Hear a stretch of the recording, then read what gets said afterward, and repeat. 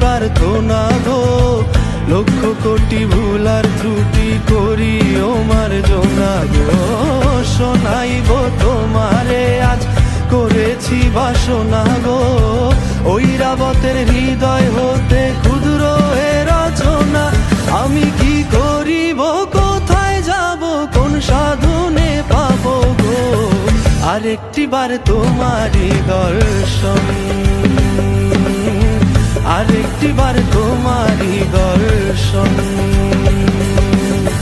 কোন বাঁধনে বাঁধি আমি, কেমনে তোমায় রাখি